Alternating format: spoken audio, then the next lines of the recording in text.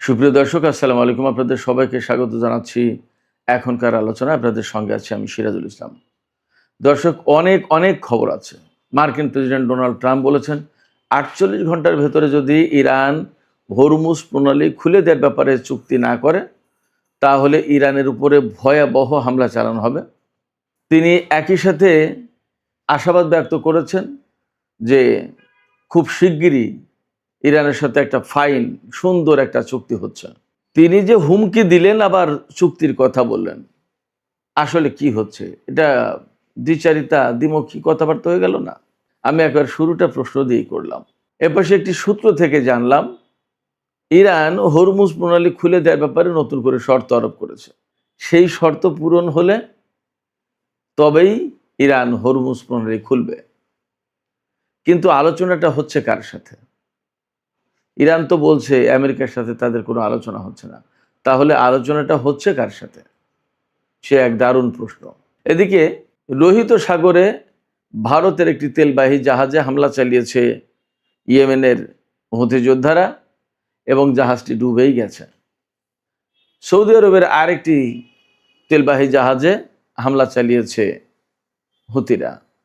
তবে পাকিস্তানের জাহাজের ব্যাপারে কি হচ্ছে, তাদের কি ভূমিকা, সেটা আর একটা প্রশ্ন।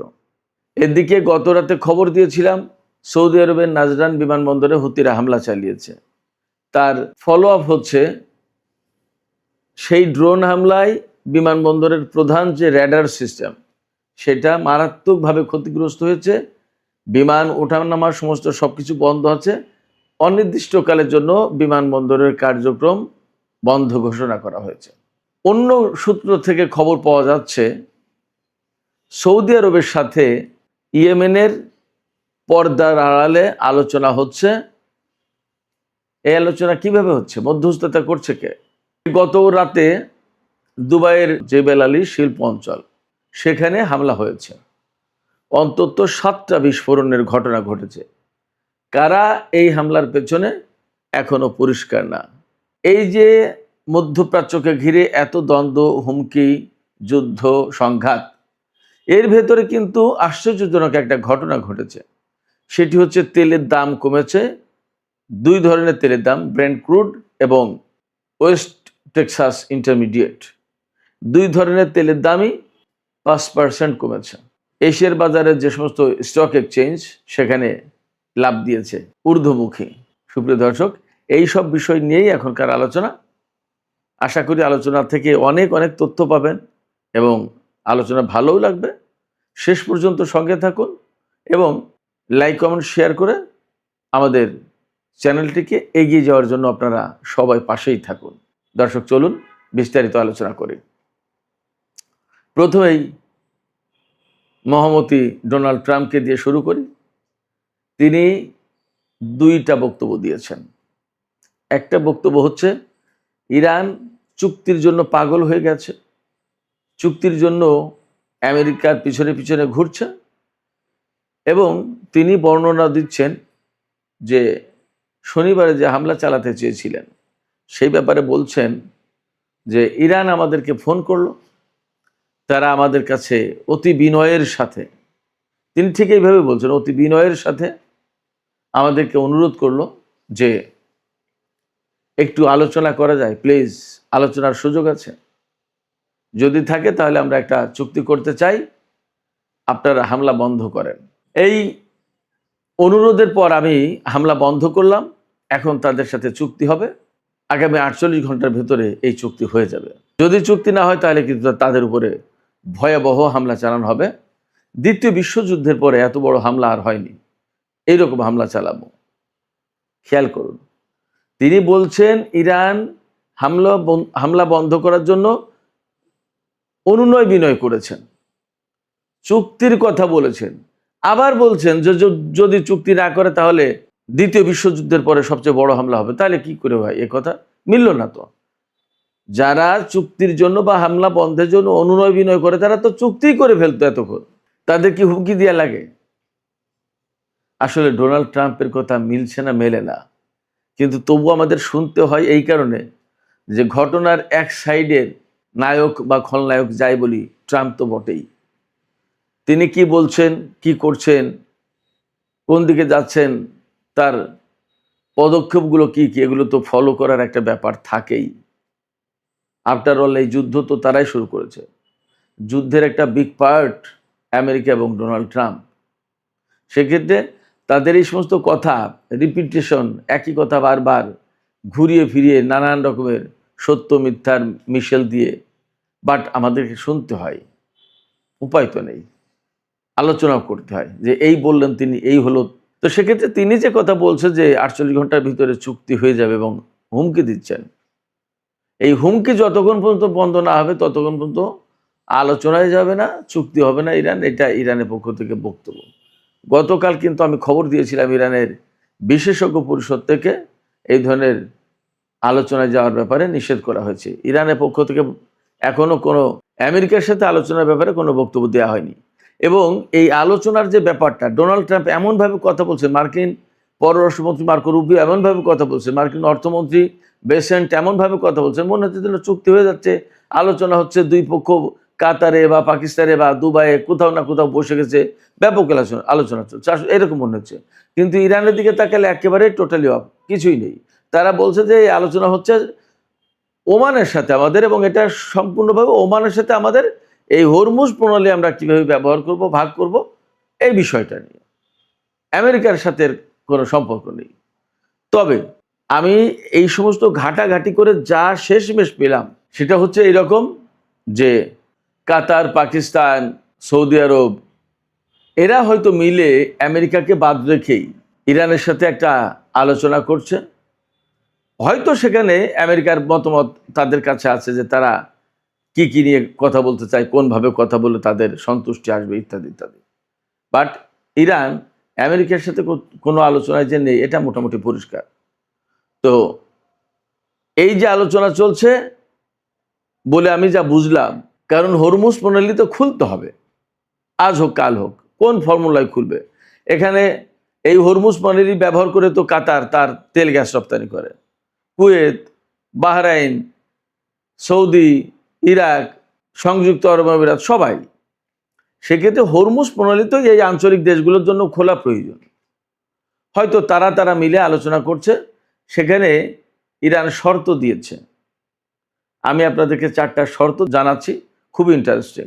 হরমুজ প্রণালী এলাকা থেকে আমেরিকার নৌ অবরোধ ইমিডিয়েটলি, খুবই দ্রুত তুলে নিতে হবে, নাম্বার 1। নাম্বার 2, ইরানের তেল, গ্যাস এবং তেলজাত পণ্য যে রপ্তানি করে এটার উপরে আমেরিকার যে নিষেধাজ্ঞা আছে সেই নিষেধাজ্ঞা তুলে নিতে হবে। 3 হচ্ছে হরমুজ প্রণালী দিয়ে যে সমস্ত জাহাজ চলাচল করবে তাদের উপর থেকে ফি আদায় করবে, সে যে নামেই হোক না কেন, এই ফি আদায় করবে ইরান এবং এটা বৈধ বলে মেনে নিতে হবে। নাম্বার 4, হরমুজ প্রণালী দিয়ে পারস্য উপসাগরে যে সমস্ত জাহাজ প্রবেশ করবে, ঢুকবে, সেই সমস্ত জাহাজের উপরে পূর্ণ কন্ট্রোল থাকবে ইরানের। অর্থাৎ কোনটা যাবে, কোনটা ঢুকতে পারবে, কোনটা ঢুকতে পারবে না, এটা ইরান ঠিক করবে। আর যে সমস্ত জাহাজ পারস্য উপসাগর থেকে বের হবে তাদের উপরেও অবজারভেশন চালাতে পারবে, তাদের দেখভাল করবে বা তাদের উপর পর্যবেক্ষণ চালাতে পারবে ইরান।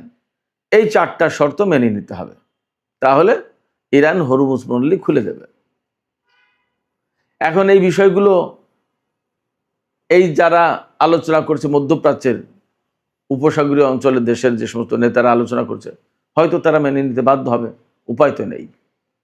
তা না হলে তো হরমুজ প্রণালী খুলছে না এবং তাদের ব্যবসা বাণিজ্য সমস্ত সবকিছু শেষ। গতকাল বলেছিলাম আরামকোর সিও তিনি জানিয়েছেন কি, যে এই যুদ্ধ শুরুর পর থেকে পর্যন্ত, অর্থাৎ হরমুজ প্রণালী বন্ধের পর থেকে পর্যন্ত 260 কোটি ব্যারেল তেল আন্তর্জাতিক বাজারে যেতে পারেনি। এখন পরিস্থিতি আরও খারাপ।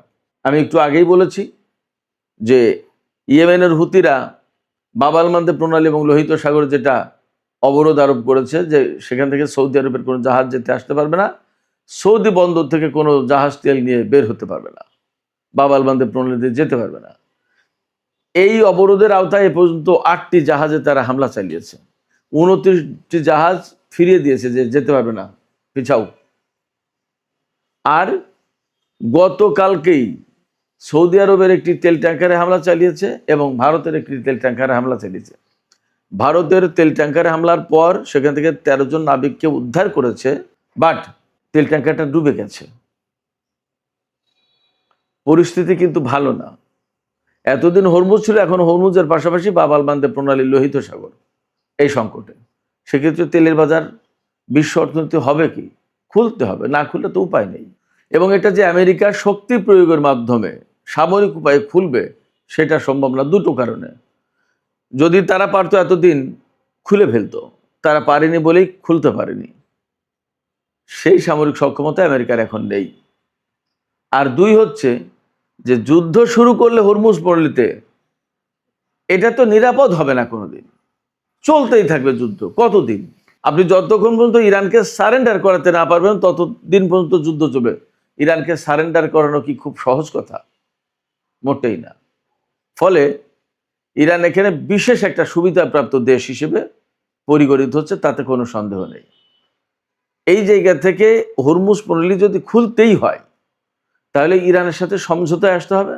ওই যে হুমকি দেওয়ার ভাষা, যে না খুললে এত হামলা চালাবো, অমুক করবো, তমুক করবো, এই সমস্তগুলো দিলে কাজ হবে না। ইরান বলেই দিয়েছে কোনো হুমকি ধমকিতে ইরান হরমুজ প্রণালী খুলবে না। পাশাপাশি গতকাল যে ইরানের বিশেষজ্ঞ পরিষদ থেকে বলা হলো যে এটা নিয়ে কোনো আলোচনা হবে না, এটা কিন্তু অনেক বড় ব্যাপার। সেক্ষেত্রে আমেরিকার সাথে যদি চুক্তি না হয়, এই অঞ্চলের দেশগুলোর সাথে যদি ইরানের চুক্তি হয় এবং এই অঞ্চলের দেশগুলো যদি আমেরিকাকে বাধ্য করে যে ভাই তোমার অবরোধ সরাও, আমরা আর পারছি না, তাহলে সে কিন্তু বাধ্য সরাতে। এরই ভিতরে খবর পাওয়া যাচ্ছে নতুন করে সৌদি আরব তার ঘাঁটি এবং মাটি ব্যবহার করতে দিতে চায়নি আমেরিকাকে। সেদিনের যে হামলা, সেই হামলায় তো প্রধানত সৌদি যুবরাজ মোহাম্মদ বিন সালমান ডোনাল্ড ট্রাম্পকে ফোন করে ঠেকিয়েছে যে এই হামলা করলে একদম সর্বনাশ হয়ে যাবে, খবরদার। আবার ইয়েমেনিদের সাথে পর্দার আড়ালে সৌদি আরব আলোচনা করছে তাদের জ্বালানি এবং সহায় সম্পত্তির উপর যাতে ইয়েমেন হামলা না করে। তো যখন এই আলোচনা ম্যাচিউর হবে তখন ইয়েমেন বলবে না যে তোমার জ্বালানি, তোমার সম্পদ আমি নিরাপদ করবো আর তুমি আমার উপরে অবরোধ দিয়ে রাখবে। এটা তো হতে পারে না। সেক্ষেত্রে আমার উপর থেকে অবরোধ তোলো, আমার বিরুদ্ধে যুদ্ধ তুমি বন্ধ করো, শান্তিতে থাকি। তা না হলে তোমার বিরুদ্ধে আমার হামলা চলবে। এই আলোচনা চলছে ওমানের মাধ্যমে। ওমানের মধ্যস্থতায় সৌদি আরব এবং ইয়েমেনের ভেতরে পর্দার আড়ালে একটা আলোচনা চলছে। আমি আপনাদেরকে আরেকটা কথা বলতে চেয়েছিলাম, ইন্টারেস্টিং।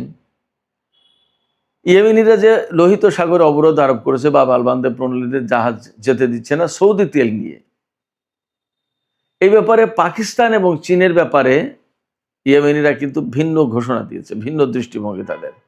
পাকিস্তানের জাহাজকে এবং চীনের জাহাজকে তারা যেতে দিয়েছে। এই পর্যন্ত যতদূর জানতে পারলাম, সৌদি আরব থেকে তেল নিয়ে চীনের 21টি জাহাজ বাব আল মানদেব প্রণালী পার হয়েছে, যতদূর মনে পড়ছে, যতদূর জানতে পারলাম। এবং পাকিস্তানেরও একটা দুটো জাহাজ পার হয়েছে, এদের সাথে এক ধরনের সমঝোতা হয়েছে। বাট মোটা দাগে সৌদি আরবের কোনো তেল এবং সৌদি আরবের কোনো জাহাজ ইয়েমেনিদের সম্মতি ছাড়া বের হতে পারছে না, বের হতে পারবে না। এদিকে গত রাতে দুবাইয়ের জেবেল আলী বন্দর এবং জেবেল আলী শিল্পাঞ্চল, এই শিল্পাঞ্চল, এখানে সারা বিশ্বের খুব নামি দামি বড় বড় বহু কোম্পানির অফিস আছে, কারখানা আছে। এখানে হামলা হয়েছে, অন্তত সাতটি বিস্ফোরণ হয়েছে। এই বিস্ফোরণ এবং এই হামলা কারা করেছে এটা পরিষ্কার না, তবে ধারণা করা হচ্ছে বা অনেকেই সন্দেহ করছে যে ইয়েমেনের হুতিরা করে থাকতে পারে। এই হামলার অর্থাৎ বিস্ফোরণের পর কালো ধোঁয়ায় ছেয়ে যায়, ধোঁয়া এবং আগুনের কুণ্ডলি উঠতে দেখা যায়। এই বিষয়টা ভিডিও করার জন্য চেষ্টা করেছিল দুইজন ব্যক্তি, হয়তো কেউ কেউ আরও বেশি, বাট দুইজনকে আটক করা হয়েছে। ডোনাল্ড ট্রাম্পের হুমকি নিয়ে আমি আরেকটু কথা বলি। ডোনাল্ড ট্রাম্প যখন ইরানের বিরুদ্ধে হামলা চালানোর ব্যাপারে ব্যাপক হুমকি দিচ্ছেন যে যদি চুক্তি না করে তাহলে ইরানকে একেবারে ধ্বংস করে দেওয়া হবে। খুব বাস্তব কথা হচ্ছে কি জানেন, আমেরিকার আসলে সেই সক্ষমতা এখন নেই। গত রাতে আমরা একটা খবর দিয়েছিলাম, আমেরিকার কাছ থেকে তাদের দূরপাল্লার খুব গুরুত্বপূর্ণ দুটি ক্ষেপণাস্ত্র, আর্মি ট্যাকটিক্যাল মিসাইল এবং প্রিসিশন স্ট্রাইক মিসাইল, এই দুটো মিসাইল ব্যাপক মাত্রায় কমে গেছে। কিন্তু আজকে তার ফলো আপ রিপোর্ট কি জানেন? সিএনএন বলছে, সিএনএন কিন্তু আমেরিকার খুবই প্রভাবশালী একটি পত্রিকা, শুধু সিএনএন না, আরও অনেক পত্রপত্রিকা এবং গণমাধ্যম টেলিভিশন চ্যানেল বলছে যে আমেরিকার হাতে শুধু ওই দুটো ট্যাকটিক্যাল মিসাইল এবং প্রিসিশন স্ট্রাইক মিসাইল, এই দুটো শেষ হয়নি, থার্ড 80% শেষ, পেট্রিয়ট অর্ধেকের বেশি শেষ। আমেরিকার হাতে যুদ্ধের আগে 400 সামথিং থার্ড ক্ষেপণাস্ত্র ছিল, তার 80% শেষ হয়ে গেলে আর কয়টা আছে? পেট্রিয়ট 2000 সামথিং ছিল, তার অর্ধেকের বেশি শেষ হয়ে গেছে। আর ওই যে দুই রকম আর্মি ট্যাকটিক্যাল মিসাইল এবং প্রিসিশন স্ট্রাইক মিসাইল, যেটা এই দুটো তো প্রায় শেষের পথে। আরো অনেক, আরো কয়েকদিন আগে আমি একটা খবর দিয়েছিলাম যে ভারত মহাসাগরে অবস্থিত মার্কিন জাহাজ থেকে ক্ষেপণাস্ত্র ছোড়ার মতো ক্ষেপণাস্ত্র নেই। মধ্যপ্রাচ্যের বিভিন্ন জায়গায় যে হামলা হচ্ছে, সেই সব জায়গায় কিন্তু কোনো ডিফেন্স সিস্টেম নেই। যা টুকিটাকি ছিল সেগুলো তুলে নিয়ে চলে গেছে। মধ্যপ্রাচ্য মোটামুটি মুক্ত এখন ডিফেন্স সিস্টেম থেকে বলা যায়। এই অবস্থায় যদি আমেরিকা ইরানের উপর হামলা চালায়, তাহলে ইরান যে পাল্টা হামলা চালাবে, সেই হামলা ঠেকানোর মতো অবস্থা তাদের নেই। যার কারণে মার্কিন সামরিক বাহিনী প্রচণ্ড বিরোধিতা করেছে ডোনাল্ড ট্রাম্পকে, যে না স্যার, এই হামলা চালানো যাবে না, এই হামলা হলে ভয়ঙ্কর ক্ষতি হবে, ঠেকাবো কি দিয়ে? শুধু তাই না, মজার ব্যাপার হচ্ছে যে এই যুদ্ধকে কেন্দ্র করে 28শে ফেব্রুয়ারি যে যুদ্ধ শুরু হলো, সেই থেকে এই পর্যন্ত বহু সংখ্যক মার্কিন জেনারেল, কর্নেল, মেজর জেনারেল, বিভিন্ন পর্যায়ের বহু সংখ্যক সেনা কর্মকর্তাকে বহিষ্কার করা হয়েছে, পদত্যাগ করতে বাধ্য করা হয়েছে। কেউ এমনি পদত্যাগ করে চলে গেছে এই যুদ্ধকে কেন্দ্র করে, মানে বিশৃঙ্খলা, মিসম্যানেজমেন্টের কারণে। যুদ্ধ করে তো সামরিক বাহিনী, তাদের একটা সিস্টেম আছে।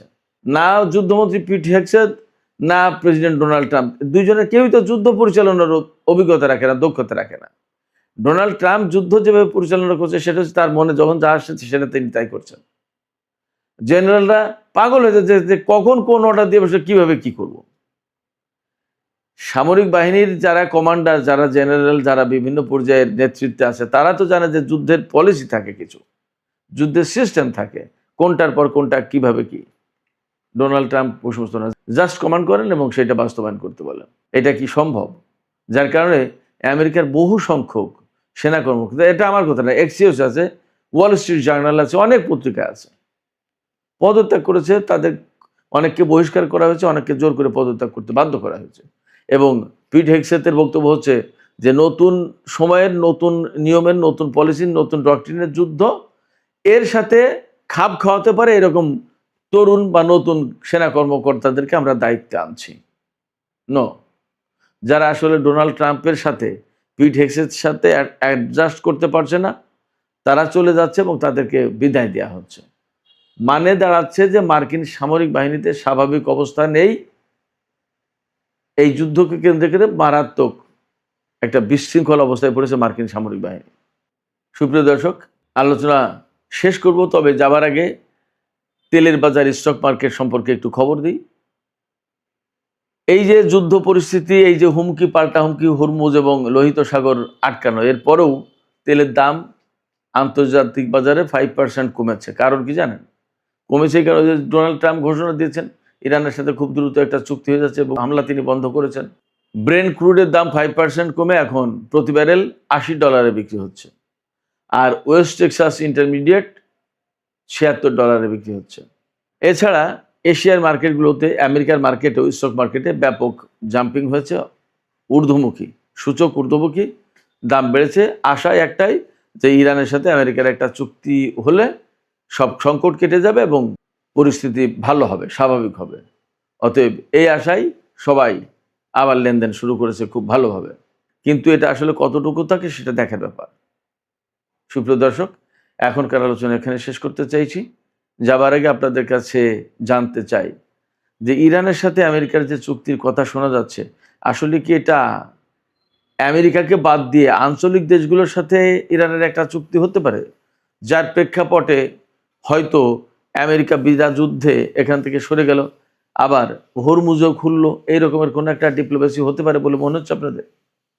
আপনাদের মতামত কমেন্টে জানাতে পারেন। আর ভিডিও ভালো লাগলে লাইক, কমেন্ট, শেয়ার করবেন এবং চ্যানেলটি সাবস্ক্রাইব করে সাথেই থাকবেন।